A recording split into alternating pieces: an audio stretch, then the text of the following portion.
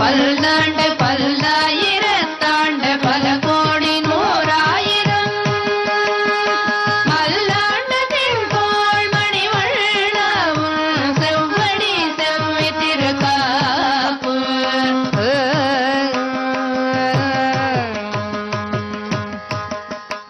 அஸ்மத்குருசமாரம்பாம் யதிசேகரமத்யமாம் லக்ஷ்மீவல்லபபர்யந்தாம் வந்தே குருபரம்பராம். ஆழ்வார்கள் வாழி அருளிச் செயல் வாழி தாழ்வாதுமில் குறவர்தாம் வாழி ஏழ்வாறுமுய்ய அவர்கள் உரைத்தவைகள் தாம் வாழி செய்யமறை தன்னுடனே சேர்ந்து.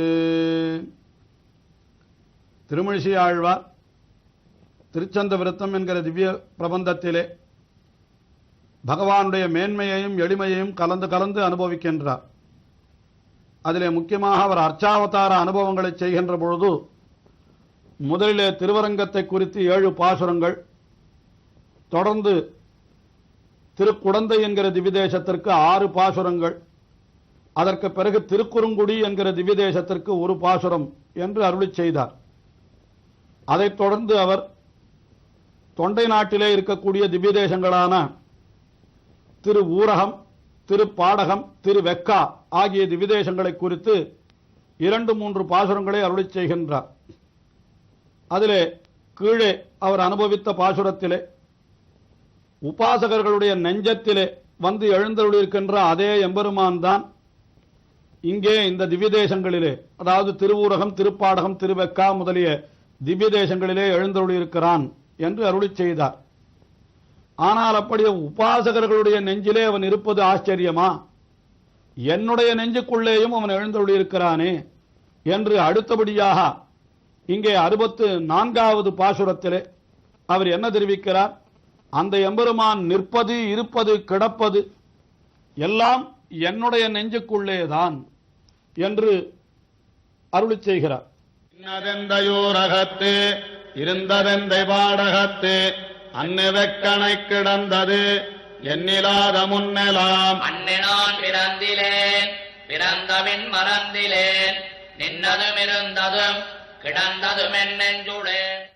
எம்பெருமான் நின்னது எந்தை ஊரகத்து, எம்பெருமான் திருவூரகம் என்கிற திவ்யதேசத்திலே நின்று கொண்டு எழுந்தருளியிருக்கிறான் என்கிறார். திருவூரகம் என்னால் காஞ்சிபுரத்திலே இருக்கக்கூடிய உலகளந்த பெருமாள் சந்நிதி என்று வழங்கப்பெறுகின்ற அந்த திவ்யதேசம், அதற்கு ஊரகம் என்று பெயர். அதாவது அவன் திருவிக்கிரமனாக அப்படி உலகத்தையெல்லாம் அளந்த காலத்திலே ஊரையெல்லாம் தனக்கு அகமாக, அதாவது ஊர் என்னால் உலகம், அதையே தனக்கு அகமாக கொண்டபடியினாலே ஊரகம் என்று அந்த திவ்யதேசம் வழங்கப்படுகிறது என்றும் பொருள் சொல்லுகிறார்கள். பிரசித்தமாக அந்த இடத்திலே திருவனந்தாழ்வான் வடிவிலே எம்பெருமான் எழுந்தருளியிருக்கின்றபடியினாலே ஊரகம் என்னால், உரகம் என்கிற சொல் பாம்பை குறிக்குமாகினாலே ஊரகம் என்னால் பாம்பு வடிவிலே அந்த இடத்திலே எம்பெருமான் எழுந்தருளியிருக்கிறான் என்று அப்படியும் நாம் பொருள் கொள்ளலாம். ஆக அந்த திவ்யதேசத்திற்கு ஊரகம் என்று பெயர். அங்கே எம்பெருமான் உலகளந்த பெருமாளாக நின்ற திருக்கோலத்திலே சேவை சாதிக்கிறார்.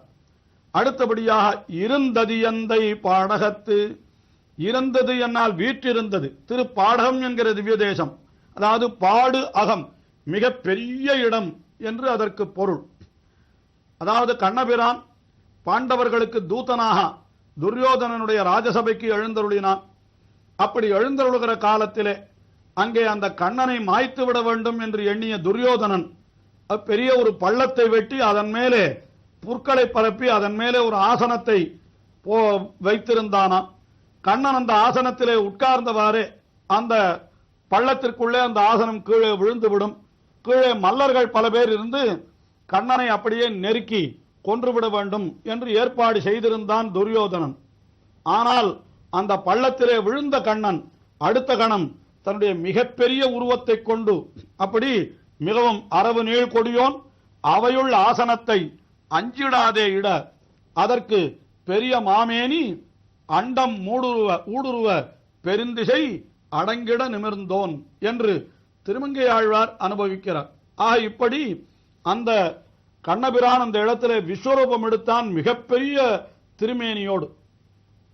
இது மகாபாரதத்திலே தெரிவிக்கப்பட்டிருக்கிற சரித்திரம். அதை நாம் இன்றைக்கும் கண்ணாலே சேவிக்கும்படியாக திரு பாடகம் என்கிற திவ்ய தேசம், அது காஞ்சிபுரத்தில் இருக்கக்கூடிய ஒரு திவ்ய தேசம். அங்கே அந்த திவ்ய தேசம் பாண்டவதூதர் சந்நிதி என்றே வழங்கப்பெறுகிறது. அங்கே நாம் சென்றோமானால் மிகப்பெரிய திருமேனியோடு வீற்றிருந்த திருக்கோலத்திலே அங்கே கண்ணபிரான் சேவை சாதிக்கிறார்.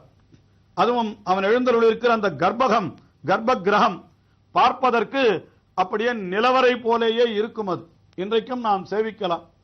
அந்த திவ்யதேசத்தை தான் இங்கே திருமழிசை ஆழ்வார் இருந்தது எந்தை பாடகத்து, பாடகம் என்று பெயர். பாடகம் என்னால் பாடு அகம், மிக பெரிய இடம் என்று சொல்லும்படியாக அப்படி எழுந்தருளிருக்கிற திவ்ய தேசம்.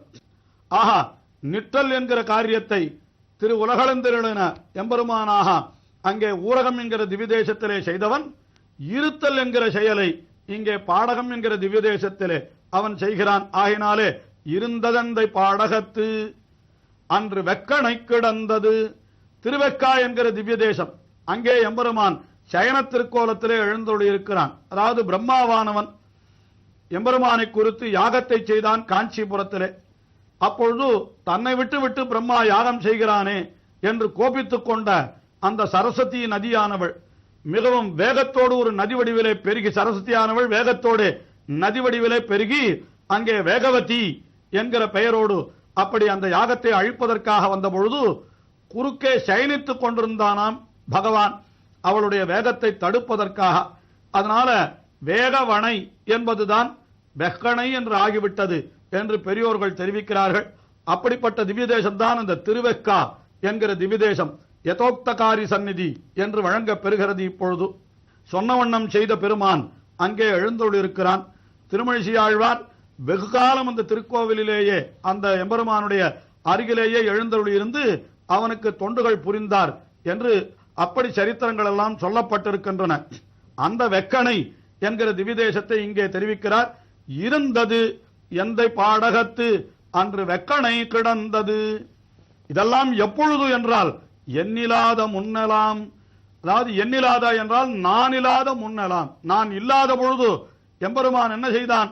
அதாவது நான் அவனுக்கு அடியவனாக ஆகாத பொழுது எம்பெருமான் அப்படி திருவூரகத்திலே நின்றான், திருப்பாடகத்திலே இருந்தான், வெக்கணையிலே கிடந்தான். இப்படி மூன்று செயல்களை எதற்காக செய்தான்?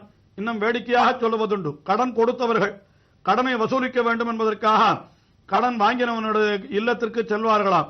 முதலிலே சில நாள் நின்று கொண்டே கேட்டுவிட்டு திரும்பி வந்து விடுவார்கள்.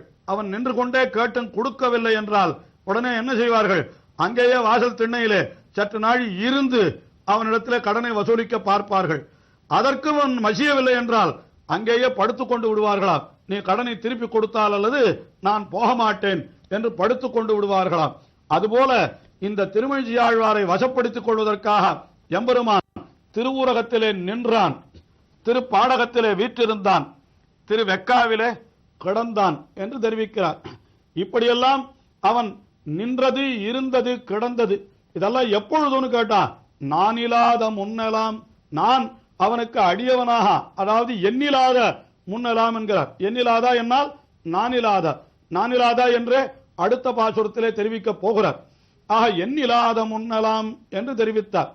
ஆனால் எப்பொழுது நான் அந்த எம்பெருமானுக்கு அடியவன் என்று உணர்ந்து கொண்டு விட்டேனோ அப்பொழுதே எம்பெருமானுடைய கட்டாட்சம் எனக்கு கிடைத்து விட்டது. ஆகினாலே அன்று நான் பிறந்திலேன், பிறந்தபின் மறந்திலேன். அன்று நான் பிறந்திலேன் என்றால் என்றைக்கு நான் இந்த உயர்ந்த ஞானத்தை அடையவில்லையோ அன்றைக்கு நான் பிறக்கவே இல்லை என்கிறார். அதாவது பிறக்கவே இல்லை என்னால் பிறவாதவனுக்கு சமம். நமக்கு உயர்ந்த அறிவு என்றைக்கு கிடைக்கிறதோ அன்றைக்குத்தான் நாம் உண்மையாக பிறந்திருக்கிறோம். அறிவு இல்லாத காலத்திலே நாம் செய்த செயல்களை பற்றி நாம் விசாரப்பட வேண்டியதில்லை. அது நாம் பிறவாத காலத்திற்கு சமம் என்று தெரிவிக்கின்றார். ஆகையினாலே அன்று நான் பிறந்திலேன் என்றால் இந்த ஞானம் எனக்கு ஏற்படுவதற்கு முன்னாலே எம்பெருமானே பரமாத்மா, அவனுக்கே நாம் அடிமைப்பட்டவர்கள் என்கிற அந்த ஞானம் ஏற்படாத காலம் நாம் பிறவாத காலம் என்றே கொள்ளலாம். அன்று நான் பிறந்திலேன், பிறந்த பின் அந்த ஞானம் பிறந்து விட்டால் அதற்கு பிறகு அந்த எம்பெருமானையும் அவனுக்கு நான் அடிமைப்பட்டவன் என்பதையும் ஒரு காலம் மறந்திலேன் என்று தெரிவிக்கின்றார். ஆகினாலேதான் ஞானம் பிறப்பதற்கு முன்னாலே இருக்கிற பிறவி பிறவியே அல்ல, ஞானம் பிறந்த பிற்பாடு ஏற்படுகிற பிறவி அதுதான் பிறவி என்று சொல்லுகிறோம். பறவைகளுக்கு வடமொழியிலே த்விஜகா என்ற சொல் உண்டு. த்விஜகா என்றால் 2 முறை பிறப்பது என்று. முதலிலே பறவைகள் முட்டை வடிவிலே பிறக்கின்றன. ஆனால் அந்த பின்னால் முட்டையை உடைத்துக் கொண்டு அது குஞ்சு வடிவிலே வெளியிலே வருகின்றன. உண்மையிலே அதுகளுக்கு பிறவி என்பது எப்பொழுதுன்னு கேட்டா, தாயினுடைய வயிற்றிலே வந்து விழுந்துகிறது, முட்டை வடிவிலே வந்து விழுகிறது, அப்பொழுது பிறவி அல்ல. அந்த முட்டையையும் பிளந்து கொண்டு வெளியிலே வருகிறது, அதற்குத்தான் உண்மையான பிறவி என்று பெயர். அதுபோல நாமும் கூட தாய் வயிற்றிலிருந்து வெளியிலே வருகிறோம், அது உண்மையான பிறவி அல்ல. என்றைக்கு உண்மையான ஞானத்தை அடைகிறோமோ அன்றைக்குத்தான் நமக்கு உண்மையான பிறவி. அதைத்தான் அன்று நான் பிறந்திலேன், ஞானம் பிறந்த பின் மறந்திலேன். இப்படி இருக்கக்கூடிய என்னுடைய நெஞ்சுக்குள்ளே எம்பெருமான் நின்றதும் இருந்ததும் கிடந்ததும் என் நெஞ்சுளே. அந்த எம்பெருமான் திருவுரகத்திலே நின்றான், திரு பாடகத்திலே இருந்தான், திரு வெக்காவிலே கிடந்தான் என்னால் அதெல்லாம் என்னை பெறுவதற்காக. என்னை பெற்ற பிற்பாடு நிற்பது, இருப்பது, கிடப்பது ஆகிய எல்லா செயல்களையும் என்னுடைய நெஞ்சுக்குள்ளே செய்து விட்டான். ஆக இது என்ன எளிமை, என்ன எளிமை. ஆக இங்கே பார்த்தால் அவன் நின்றதந்தை ஊரகத்து என்று அங்கே எழுந்தருள் இருக்கிற நிலையே பரத்வம் என்று சொல்லலாம். ஆனால் ஒன்றுக்கும் உதவாத என்னுடைய நெஞ்சுக்குள்ளேயும் வந்து அவன் எழுந்தருள் இருக்கிறான் என்னால் இதுதான் அவனுடைய சௌலபியம், எளிமை என்று சொல்லலாம் என்பது போல இந்த பாசுரத்திலே அவர் என்ன தெரிவிக்கிறார்? நான் எண்ணிலாத முனலாம் அவன் திருவுரகத்திலே நின்றான், திருப்பாடகத்திலே இருந்தான், திருவெக்காவிலே கிடந்தான். ஆனால் எப்பொழுது எனக்கு ஞானம் பிறந்து அவனுடைய அடியவன் என்பதை நான் உணர்ந்து கொண்டு விட்டேனோ அதற்கு பிறகு அவன் நின்றது, இருந்தது, கிடந்தது எல்லாம் என் நெஞ்சுளே என்று இந்த பாசுரத்திலே மிக அற்புதமாக அருளி செய்கிறார். திருச்சந்த விருத்தத்திலே மிக மிக முக்கியமான பாசுரமாக இது கொள்ளப்படுகிறது. அதிலேயும் அன்று நான் பிறந்திலேன், பிறந்த பின் மறந்திலேன் என்கிறது மிக உயர்ந்த வார்த்தையாக நம்முடைய ஆச்சாரியர்கள் அடிக்கடி எடுத்து காட்டுகிறார்கள். தொடர்ந்து திருமழிசை ஆழ்வாருடைய அனுபவத்தை செய்வோம்.